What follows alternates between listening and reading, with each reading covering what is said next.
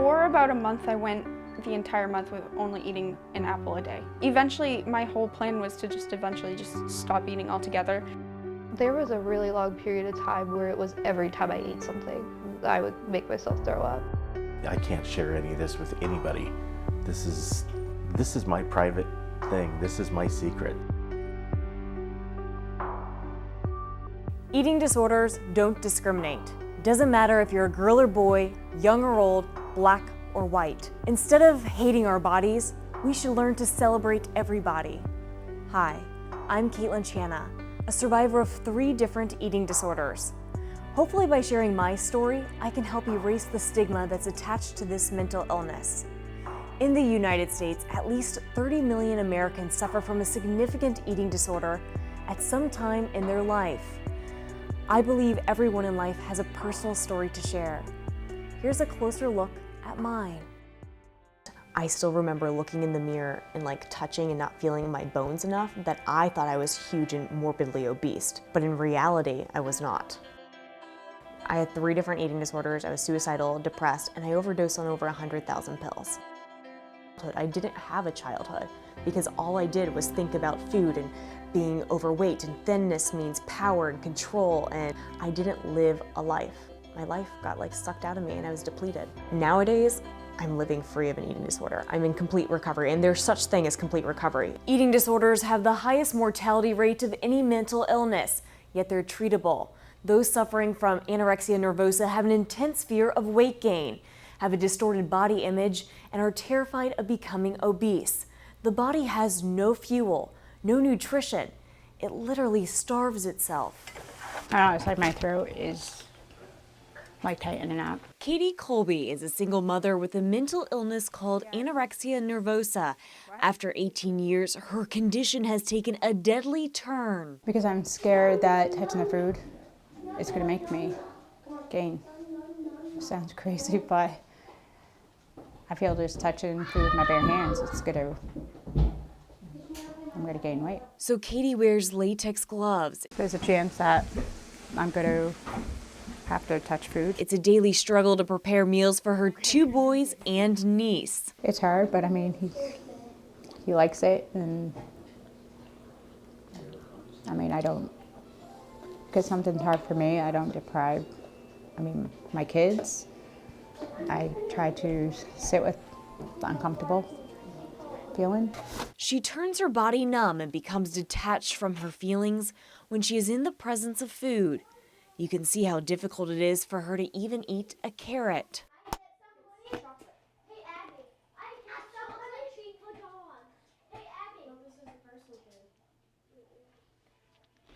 Do you even taste it? Yes. I don't want to. And now Katie's body's having trouble keeping things in. She says she's surviving on 3 Ensure drinks a day and a cup of soup. Doctors believe her eating disorder became a coping mechanism for how she endured the sexual, physical, and verbal abuse starting at the age of 3. My trauma involved food. It was used basically to keep me quiet. So to me, it's a bad thing. I'm having a tough day, a lot of flashbacks. It's a very tough day with my eating disorder. When Katie was 20, she was ordered by the court to go to a hospital for inpatient treatment. She was there for 11 months seeking intensive care while being on a feeding tube to help sustain her. And I kept pulling it out, and they threatened me that they would put it in surgically. And I think it was just, I was so angry, and then having somebody try to take that control. I couldn't control what was going in, they did. Being in the psychiatric hospital, Katie says she used up her 190 days of Medicare lifetime inpatient treatment. That was 18 years ago, and now she says Medicare has denied any coverage of inpatient treatment because she'll exceed her mental health days. Katie also has Maine Care, but it only covers Maine's only treatment facility, Mercy Hospital, where she failed the program twice. When you say it hurts, does it hurt to take, to move kind of hurt, or it hurts Her team of doctors, including Dr. Megan Mamela, has been fighting Katie's insurance to find an inpatient center willing to treat her PTSD and eating disorder. How much water did you drink? Recently, they found a bed available for her at Walden Behavioral Center in Massachusetts. But she says Maine Care denied it. It's absolutely maddening. It's frustrating. It feels hopeless as a provider. I mean, I care a lot about Katie. Any thoughts, concerns, anything you want to know that we've reached the end of what we can do as a treatment team for her and feel like there's no hope beyond that is sad. But being denied treatment is like, well, is it really that bad? My providers say it's that bad. But yet, I can't get into treatment. Katie could die of this supposed psychiatric illness. Katie her heart could stop working. Katie could, I worry, that's my biggest worry, is that Katie could die. Dr. Mamela says insurance only looks at eating disorders as a mental illness, even though there is so much physical damage done to her body. Once it gets to the point where Katie becomes mind, body, spirit, the whole thing is, you cannot ignore the damage that it does physically to their bodies. And a lot of lightheadedness, a lot of dizziness. Moving the body is a chore. Breathing's a chore. Without treatment, doctors say they don't know how much longer Katie has. To be able to be back, to be that active parent, and to be able to live fully. I want that. I want to be able to be happy and to be there for my kids. And without treatment, time will only tell. Eating disorders are serious health conditions that can be both physically and emotionally destructive. People with eating disorders need to seek professional help.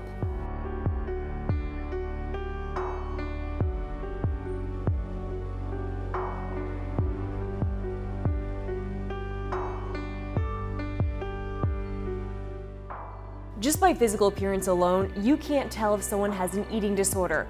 What you have to look at is their behavior with food. So everyone who fluctuates in size doesn't mean they have bulimia nervosa. This life-threatening eating disorder is characterized by frequent episodes of consuming very large amounts of food, followed by self-induced vomiting, overdosing on laxatives, or excessive exercising to undo the effects of eating. Basically getting grease and heating it up to the point of almost boiling and then just like taking a spoonful of it and just being like that. Julia Osborne, like many others with an eating disorder, sometimes inflict physical pain on her own body. It would hurt initially and then immediately I'd feel a lot better. And I was just like, it doesn't hurt anymore, I just feel calm. Julia's all-consuming fears of becoming overweight began her senior year in high school. She excessively scrutinized her image in the mirror. She just wanted to be thin. Julia's food restriction evolved into the eating disorder anorexia nervosa. I was hoping at some point that I would get where my stomach was inwards almost. And every time that I would look in the mirror, I was like, ugh, didn't like the way I looked or felt, and just really was not happy with the person that I was in general. It wasn't until she moved overseas for college that the pain became so deep that she transferred disorders, becoming bulimic. I just ended up gaining quite a bit of weight because I basically went from being underweight to overweight in about 3 months. And my bulimia got quite bad because I was like, why isn't this working? I can't seem to lose the weight. The self-loathing continued and episodes of binge eating developed. I would look in the mirror and be like, just everything, just so gross. I have to get rid of this. I was like, if I gain weight, I'm gonna gain a lot of weight. This is how it starts. And so after the binging came the purging. When I would make myself throw up, I would just, it was a relief, but almost like I felt happier afterwards. And it wasn't quite like the actual act of it, not very pleasant.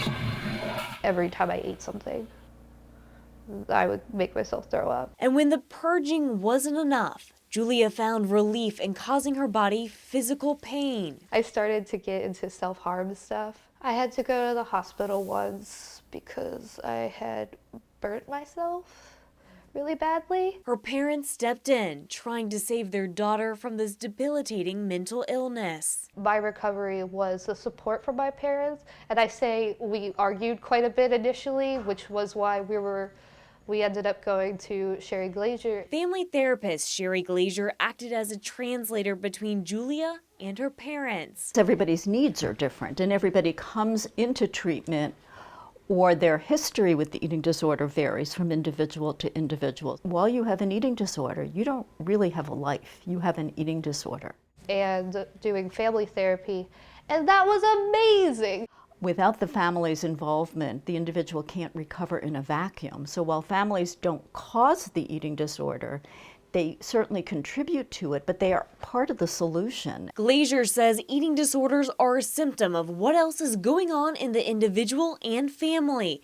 And early intervention matters. Family involvement in meaningful therapy is a key part of the recovery process. I didn't want to hurt myself any more than I already had. Julia found a way to let food stay in her body while learning what fullness felt like. After eating a meal, she kept her hands busy with crafts so she didn't feel the need to purge. It kind of made me think of a strawberry. Sometimes when I was upset, I would do like 10. It's just nice because it's distracting. It was really nice to be able to be like, okay, I'm gonna get this and I'm gonna do this and this is cute. We ask them to give up their best friend and their worst enemy, which is the eating disorder. They're going to experience things that they haven't experienced before, and it is very frightening. Julia has been recovered from her eating disorders now for 2 years. That my parents were really what made the difference. I know I wouldn't have been able to do that on my own. I feel more confident. I'm happier, just usually more relaxed. Recovery is the full restoration of physical, nutritional, psychological, and emotional health.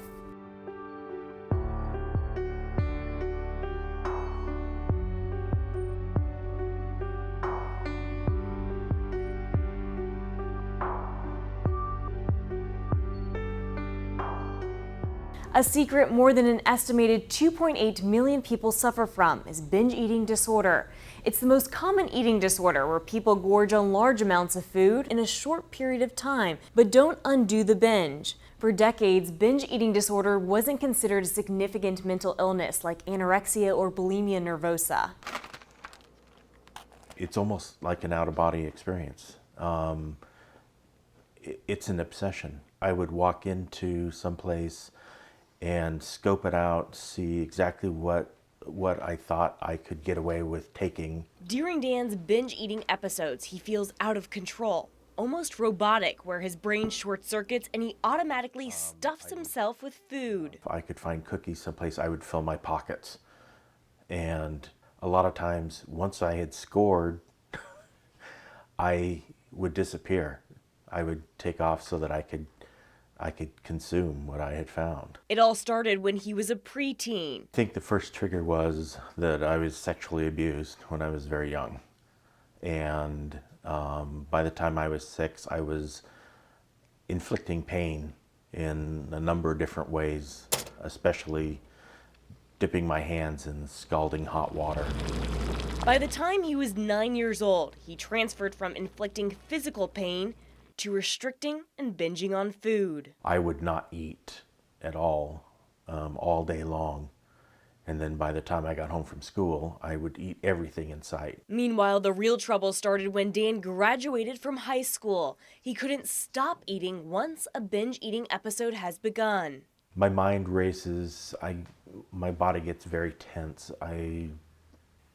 It's almost like becoming an automaton.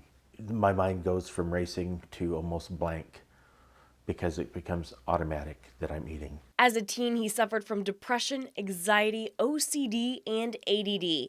When Dan's eating disorder comes over him, he feels possessed, and he'd cruise through fast food drive-thrus, consuming thousands of calories. I would usually start with 6 tacos and a drink. I'd get a large drink at my first stop.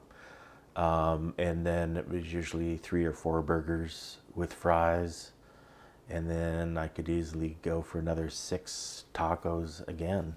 And then go off to some far off spot in a parking lot where I could consume all of it. In that 1 year, he gained more than 100 pounds. I don't know how I physically was able to hold that much food, but I did.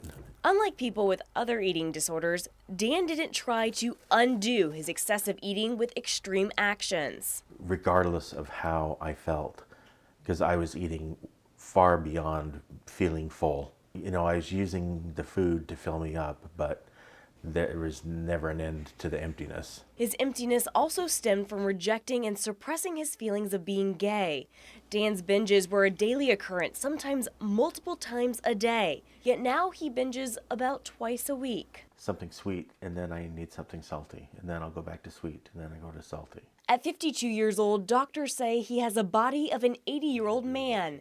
Dan suffers from type 2 diabetes, arthritis, back and neck pain. High blood sugar. I've spent my whole life with it. I don't know that I would understand what true recovery meant. I would love to lose the weight. I would love not to be controlled by binge eating. He used to tip the scales at 409 pounds.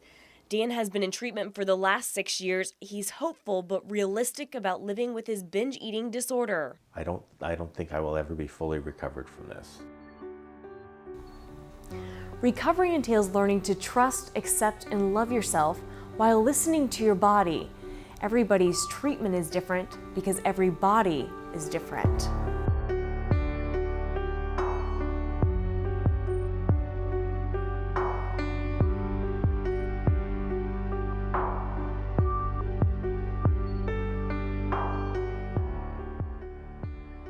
Morgan Horn is one of many success stories where her eating disorder doesn't control her anymore. What Morgan Horn saw in the mirror in 2012 was a high school junior who was worthless. Disgusting.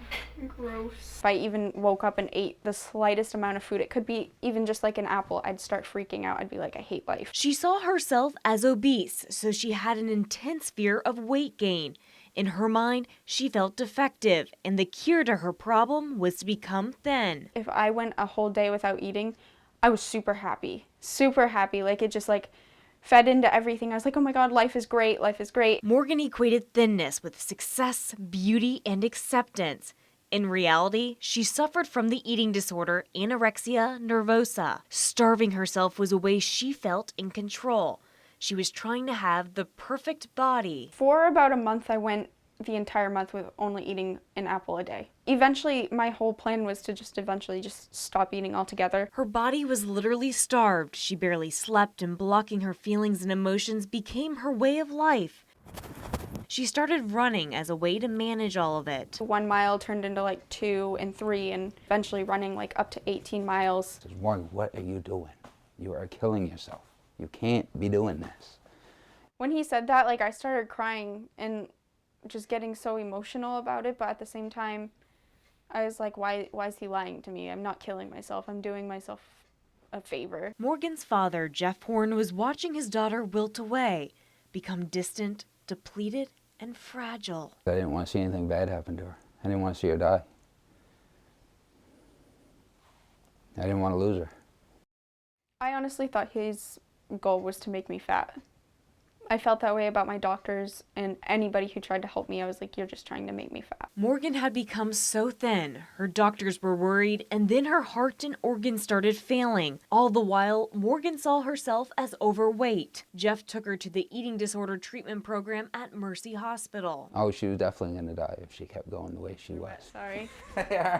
It's not uncommon for one or both parents to be confused about this illness. I feel like my mom was I don't know if I'd want to say denial or if it was like she just didn't want me to go, because she was all on my side with me agreeing like, oh, I can do this on my own. I don't need to go anywhere. Morgan's first steps centered around learning to accept herself and how food makes her feel. As soon as I knew I ate something, like I'd start even having suicidal thoughts like, why did I do that? I don't deserve that. Or deserve to live, eat, or take up space. Recovery was a treacherous climb for Morgan. Terrible.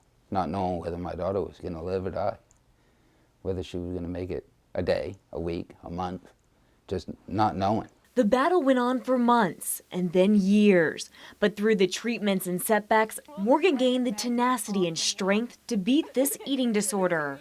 Thin isn't what I'm here to do. Like, I'm not here to try to make myself super skinny. I'm not here to try to starve myself. I'm not here to impress anybody. I'm here to pursue a career that I'm going to school for. I'm here to help others. Recovery forced her to look deep within herself and realize who she is, what she wants out of life, and be able to communicate these desires. What makes a woman beautiful is to be confident, to be able to accept her flaws, just being different from everyone else. Reclaiming a healthy self-image wouldn't have been possible without the unconditional support from her father. Just to tell him how much I really do love him, and I really am happy that he was there to help me. And I love you too. Did I love her? Do anything for her? It's gonna be alright. Morgan now loves and accepts the quirks that make her unique. I could say that I'm recovered from an eating disorder. If you or someone you know is suffering from an eating disorder, say something. There's more to life than suffering. It's time to celebrate everybody.